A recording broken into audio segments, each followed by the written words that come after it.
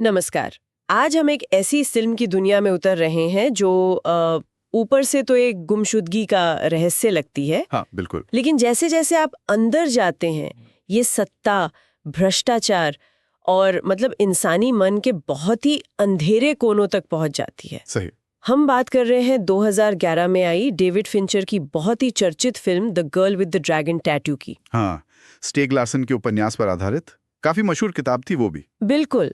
और कहानी हमें दो बहुत ही कह सकते हैं अलग किरदारों से मिलवाती है। एक तरफ है मिकेल ब्लॉमक्विस्ट, जाने माने पत्रकार जिनका करियर एक केस के बाद मतलब लगभग खत्म होने की कगार पर है। हाँ, मानहानि का केस हार जाते हैं वो। और दूसरी तरफ लिस्बेथ सैलेंडर, एक बहुत ही रहस्यमयी जीनियस कंप्यूटर हैकर, जिसके टैटू और पियर्सिंग वो सब तो बस एक बाहरी चीज है, अंदर तो और भी बहुत कुछ है। सही कहा। तो आज हमारी कोशिश रहेगी कि हम सिर्फ कहानी न दोहराएं, बल्कि इस फिल्म की बारीकियों को समझने की कोशिश करें। हाँ, किरदारों की साइकोलॉजी, जो सोशल कमेंट्री है इसमें। और फिंचर का स्टाइल, वो जो माहौल बनाते हैं, ठंडा, तनावपूर्ण। बिल्कुल, वो उनका सिग्नेचर स्टाइल है। तो इन सब पर बात करेंगे। चलिए इस बर्फीले रहस्य की तह तक चलते हैं। चलिए। तो शुरुआत करते हैं मिकेल ब्लॉमक्विस्ट से। जैसा हमने कहा, वो अपनी प्रोफेशनल जिंदगी के शायद सबसे बुरे दौर में है। एक बड़े उद्योगपति के खिलाफ उन्होंने रिपोर्ट छापी थी और वो मानहानि का मुकदमा हार गए। हाँ, उनकी पत्रिका मिलेनियम और उनकी खुद की रेपुटेशन सब दांव पर लग गया। उन्हें लगने लगा था कि शायद करियर ही खत्म हो गया। बिल्कुल, काफी मुश्किल वक्त था उनके लिए। और ठीक इसी नाउम्मीदी के बीच स्वीडन के एक बहुत अमीर ताकतवर परिवार के मुखिया बुजुर्ग हेनरिक वेंगर उनसे कांटेक्ट करते हैं। हाँ, वेंगर परिवार, बहुत बड़ा नाम। उनका प्रस्ताव भी बड़ा अजीब सा है। वो चाहते हैं कि मिकेल उनकी भतीजी हैरियट वेंगर की 40 साल पुरानी गुमशुदगी की जांच करे। 40 साल? मतलब एक कोल्ड केस? हाँ, 1966 में वो परिवार के ही एक द्वीप से गायब हो गई थी, रहस्यमयी ढंग से। और सिर्फ गुमशुदगी नहीं थी बात, हेनरिक को तो लगता था कि मर्डर हुआ है। बिल्कुल, उन्हें शक नहीं, यकीन था और कि कातिल परिवार का ही कोई सदस्य है। और इसका एक बड़ा परेशान करने वाला सुराग भी था उनके पास। वो फूल वाला मामला है ना? हाँ, उन्हें हर साल हैरियट के जन्मदिन पर कहीं से एक दबा हुआ, फ्रेम किया हुआ फूल मिलता था। कितना अजीब और डरावना। उन्हें लगता था ये कातिल भेज रहा है। हाँ, एक क्रूर मजाक की तरह। मिकेल पहले तो हिचकिचाते हैं, मतलब 40 साल पुराना केस, कौन हाथ डालना चाहेगा? लेकिन फिर अपनी मजबूरी और शायद इस रहस्य की चुनौती को देखते हुए वो केस ले लेते हैं और पहुंच जाते हैं उस दूर दराज बर्फीले द्वीप पर जहां वेंगर परिवार का राज चलता है। बिल्कुल। और यहीं से कहानी का दूसरा और शायद सबसे यादगार पहलू सामने आता है। लिस्बेथ सैलेंडर। हाँ, लिस्बेथ को समझना आसान नहीं है, बिल्कुल। वो असाधारण हैकर है, फोटोग्राफिक मेमोरी है। लेकिन लोगों से घुलना मिलना बिल्कुल नहीं। हाँ, सामाजिक तौर पर एकदम कटी हुई है। और उसका जो लुक है, काले कपड़े, वो ढेर सारे टैटू, खासकर वो ड्रैगन वाला पीठ पर, हाँ, वो तो आइकॉनिक है। पियर्सिंग, ये सब उसके गॉथिक अंदाज का हिस्सा है। पर ये सिर्फ स्टाइल नहीं है। ये एक तरह का कवच है शायद। बिल्कुल, उसके अंदर की दुनिया का एक कवच, उसके अतीत से जुड़ा हुआ। और उसका अतीत, वो तो बहुत ही भयानक रहा है। हाँ, बचपन में जो उसने झेला है, मानसिक शारीरिक शोषण, फिर संस्थानों की लापरवाही। और अभी भी वो कानूनी तौर पर एक गार्डियन के अंडर है, निल्स ब्यूरमैन, जो खुद उसका शोषण कर रहा है, उसकी लाचारी का फायदा उठा रहा है। लेकिन लिस्बेथ सिर्फ विक्टिम नहीं है, ये बात खास है। बिल्कुल नहीं, उसमें गजब की सहन शक्ति है और लड़ने की इच्छा।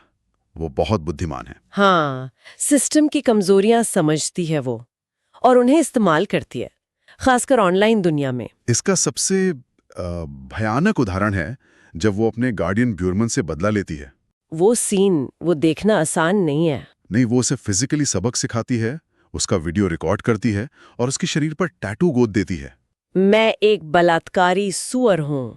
हाँ, ये क्रूर लग सकता है, पर ये लिस्बेथ का तरीका है उस सिस्टम से न्याय छीनने का जिसने उसे हमेशा फेल किया है। ये दिखाता है कि ट्रॉमा इंसान को किस हद तक ले जा सकता है जब उसे कहीं और से न्याय ना मिले। बिल्कुल, वो इस बात का प्रतीक है कि सिस्टम अक्सर सबसे कमजोर लोगों को कैसे निराश करता है।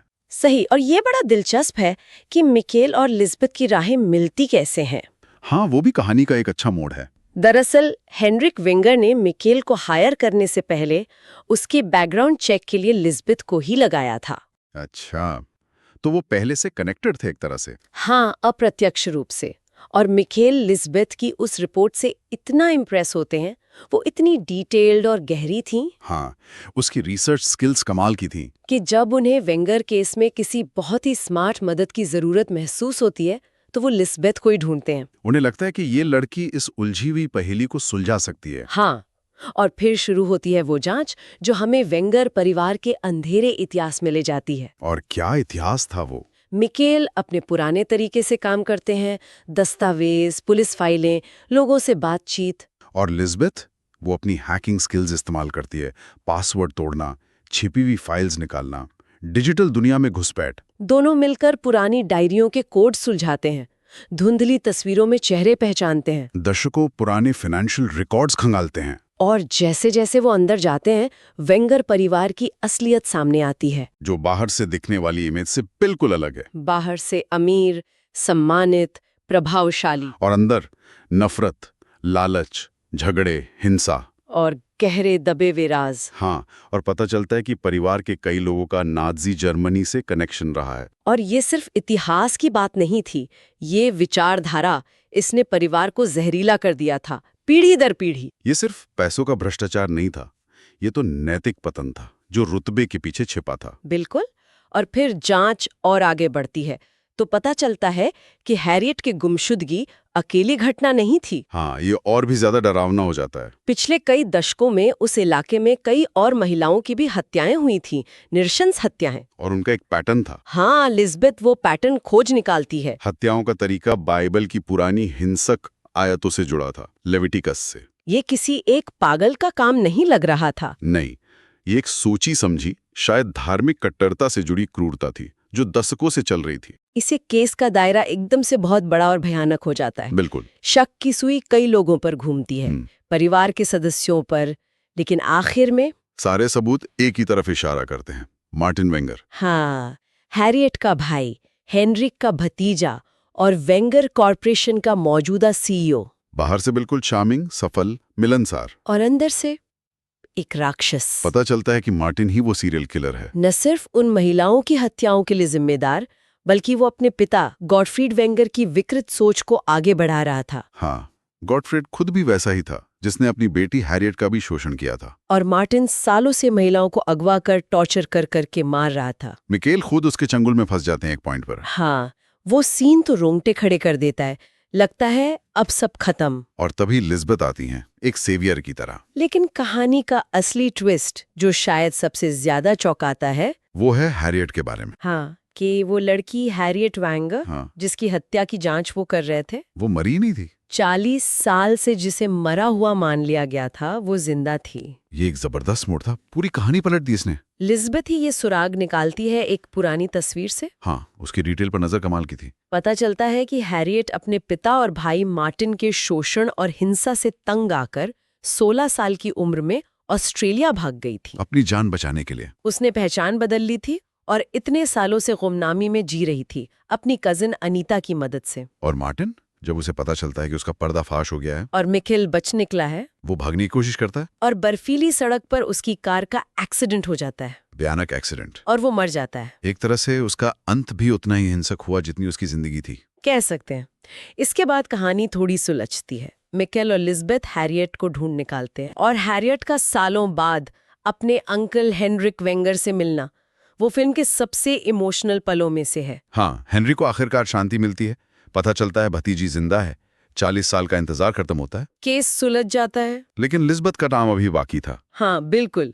केस सुलझाने में तो उसकी हैकिंग स्किल्स काम आई ही थीं। पर अब वो उन स्किल्स का इस्तेमाल करती है मिकेल की मदद के लिए। वो उद्योगपति हैंस एरिक वेनरस्ट्रॉम, जिसके कारण मिकेल का करियर बर्बाद हुआ था। हाँ, लिज़बत उसके फाइनेंशियल घोटालों के सारे सबूत हैक करके निकाल लेती है, पुख्ता सबूत। और उन्हें गुमनाम तरीके से मिकेल तक पहुंचा देती है। इससे मिकेल न सिर्फ बेदाग साबित होते हैं, बल्कि उनकी रेपुटेशन पहले से भी ज्यादा बढ़ जाती है। और वेनेस्ट्रॉम का पूरा एम्पायर ढह जाता है। तो लिज़बत ने एक तरह से सिस्टम के बाहर रहकर ही सिस्टम के हथियारों से अन्याय का बदला लिया। सही, लेकिन अंत आते आते एक कड़वाहट सी भी है। हाँ, वो अंत थोड़ा दुखद सा है लिज़बत के लिए। मिकेल अपनी पुरानी दुनिया में लौट जाते हैं, अपनी पत्रिका, अपनी सहकर्मी और प्रेमिका एरिका बर्जर के पास। और लिज़बत, जिसने शायद पहली बार किसी से एक कनेक्शन महसूस किया था। हाँ, उसने मिकेल के लिए क्रिसमस गिफ्ट भी खरीदा था। वो दूर से मिकेल को एरिका के साथ देखती है और समझ जाती है कि उसकी दुनिया अलग है। वो गिफ्ट फेंक देती है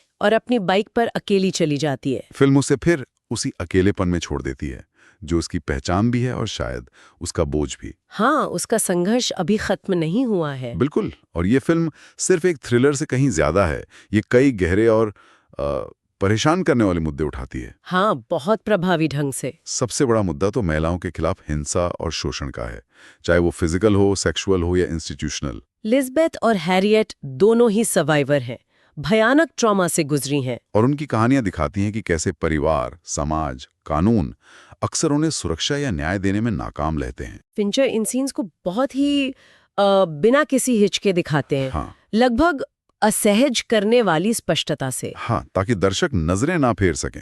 दूसरा बड़ा मुद्दा है पारिवारिक भ्रष्टाचार। अच्छा। पीढ़ी दर पीढ़ी चलने वाली बुराई। वेंगर परिवार सिर्फ एक अमीर परिवार नहीं है। नहीं, वो सत्ता, पैसे, राज और नैतिक खोखलेपन का एक सिंबल है। उनका वो नाजी अतीत, वो सिर्फ इतिहास नहीं, वो उनकी आज की क्रूरता की जड़ है। बिल्कुल। ये दिखाता है कि ऊपरी चमक दमक के पीछे कितनी सड़ान छुपी हो सकती है और कैसे पैसा और ताकत सच को दबाते हैं। और न्याय का सवाल तो है ही। जब सिस्टम फेल होता है, जैसे लिज़बेथ के केस में, तो क्या लिज़बेथ का अपने तरीके से न्याय करना, हैकिंग, हिंसा, बदला, क्या वो सही है? फिल्म इसका कोई आसान जवाब नहीं देती। ये दर्शकों को सोचने पे मजबूर करती है। हाँ, क्या वो एंटी हीरो है या बस एक सर्वाइवर जो वही हथियार इस्तेमाल कर रही है जो उसे आते हैं? बिल्कुल, और इसी से जुड़ा है वो अकेलापन बनाम जुड़ाव का संघर्ष, खासकर लिज़बेथ में। हाँ, उसे अपनी आज़ादी चाहिए। वो किसी पर निर्भर नहीं होना चाहती, क्योंकि भरोसा मतलब उसके लिए अक्सर दर्द रहा है। लेकिन मिकेल के साथ काम करते हुए वो धीरे धीरे एक इंसानी कनेक्शन महसूस करती है, शायद पहली बार। ये उसके लिए कश्मकश है। क्या वो किसी को अंदर आने दे सकती है? फिल्म का अंत दिखाता है कि ये कितना मुश्किल है उसके लिए। सही। और आखिर में ये सहन शक्ति की कहानी है, अस्तित्व की लड़ाई है।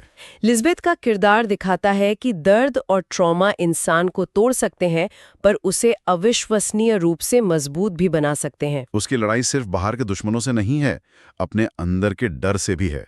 वो हर पल अपने वजूद के लिए लड़ रही है। और इन सब बातों को पर्दे पर उतारने में डेविड फिंचर का निर्देशन वो कमाल का है। हाँ, फिंचर का काम इसमें लाजवाब है। वो अपनी खास शैली के लिए जाने जाते हैं और वो यहाँ पूरी तरह दिखती है। वो स्वीडन का जो बर्फीला, उदास माहौल है, उसे सिर्फ बैकग्राउंड नहीं बनाते, उसे कहानी का हिस्सा बना देते हैं। हाँ, माहौल जानबूझकर ठंडा, निराशाजनक, लगभग बेरंग रखा गया है। फिंचर का कैमरा अक्सर स्थिर रहता है, एक दूरी बनाए रखता है, जिससे हिंसा या तनाव वाले सीन और भी बेचैन करते हैं। क्लॉस्ट्रोफोबिक कमरे, धुंधली रोशनी, साए, ये सब मिलकर एक लगातार बढ़ते तनाव का एहसास कराते हैं। और इस माहौल को बनाने में ट्रेंट रेजनर और इटिकस रॉस का संगीत, क्या कमाल का स्कोर है। हाँ, वो पारंपरिक फिल्म संगीत जैसा नहीं है बिल्कुल। नहीं, वो अक्सर डरावना है, इंडस्ट्रियल साउंड्स हैं, धड़कनें हैं, बेचैन करने वाली आवाजें हैं। ये सिर्फ मूड नहीं बनाता, ये किरदारों की अंदरूनी हालत को दिखाता है, खासकर लिज़बेथ की। हाँ, और कहानी के उस ठंडे, क्रूर दिल को दर्शाता है। ये कानों में चुभता है और फिल्म के बाद भी याद रहता है। अभिनय की बात करें तो रूनी मारा लिज़बेथ सैलेंडर के रोल में, मतलब कमाल। हाँ, वो रोल जिसने ये पहचान दिलाई, उनका ट्रांसफॉर्मेशन अद्भुत था। सिर्फ फिजिकल नहीं, इमोशनल भी। वो कम डायलॉग्स में बहुत कुछ कह जाती हैं। उनकी आंखों में गुस्सा, दर्द, इंटेलिजेंस, उदासी सब एक साथ दिखता है। वो किरदार की ताकत और उसकी कमजोरी दोनों को जैसे बैलेंस करती हैं, वो जबरदस्त है। हाँ, आप उनसे डरते भी हैं और उनके लिए महसूस भी करते हैं। वहीं डैनियल क्रेग ने मिकेल ब्लॉमक्विस्ट को बहुत संजीदगी से निभाया है। अपनी जेम्स बॉन्ड इमेज से बिल्कुल अलग। हाँ, यहाँ वो एक थके हुए, थोड़े उलझे हुए लेकिन सच के लिए कमिटेड पत्रकार लगते हैं। उनमें एक शालीनता है, एक मानवीयता है जो लिज़बेथ की इंटेंसिटी के सामने अच्छा कॉन्ट्रास्ट देती है। और क्रेग और मारा के बीच की केमिस्ट्री, वो पारंपरिक रोमांस नहीं है, पर एक आपसी सम्मान और समझ पर आधारित है। वो फिल्म का एक मजबूत पहलू है। बिल्कुल, इसीलिए फिल्म इतनी असरदार है। ये सिर्फ एक और सीरियल किलर थ्रिलर नहीं है। ये उससे कहीं ज्यादा गहरी है। ये इस बारे में है कि हम अपने अंदर के और अपने आसपास के अंधेरे का सामना कैसे करते हैं। ट्रॉमा से उभरने की, सच की तलाश की और मुश्किल हालातों में भी इंसानियत बचाए रखने की कहानी है ये। बिल्कुल, जटिल है, अक्सर परेशान करने वाली है, पर महत्वपूर्ण कहानी है। सही कहा। ये रहस्य, साइकोलॉजिकल गहराई और तीखी सोशल कमेंट्री का ऐसा मिश्रण है जो सोचने पर मजबूर करता है। जिस तरह फिंचर धीरे धीरे पर्दे खोलते हैं और किरदारों की जटिलताओं को सामने लाते हैं, वो इसे सिर्फ एक मनोरंजक फिल्म नहीं बल्कि एक जरूरी सिनेमाई अनुभव बनाता है।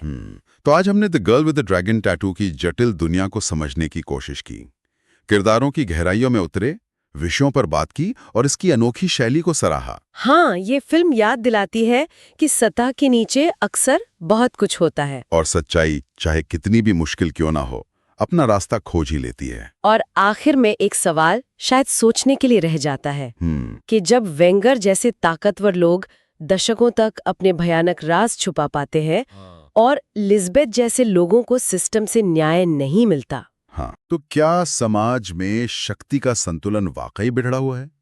और ऐसी हालत में लिज़बेथ जैसे लोगों का अपने नियमों से चलना, क्या वो अराजकता है या फिर चरम परिस्थितियों में न्याय पाने का एक हताश प्रयास?